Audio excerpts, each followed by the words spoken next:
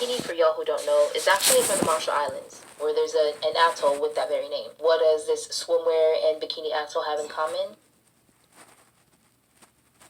In 1946, a French designer created this brand new form of swimwear that he wanted to name for something that was explosive, risque and edgy to the style of dress at the time, especially since the bikini was very revealing for Western women.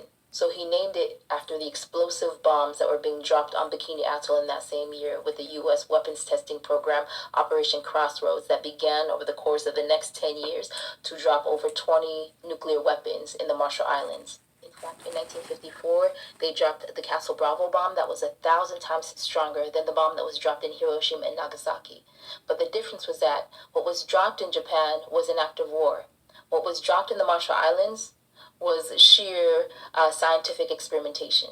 And it was an experiment that had gone wrong. And shortly after that happened, trade winds picked up the radioactive fallout from that bomb and blew it onto other islands in the Marshalls, where you had Marshallese people who really just thought they were seeing snow for the first time, when instead it was radioactive fallout. And they played in it, they were rubbing it on their skin, all over their bodies, just for days later for them to start to see their skin burning, their hair begin to fall out, and then for decades and decades after, start to see birth defects show up in their babies, where you had babies who were born without bones, babies with the back of their skulls missing, who died after they were born, and then skyrocketing rates of cancer.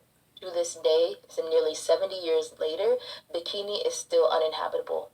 And this image that many of y'all are familiar with in pop culture is actually an image of Bikini.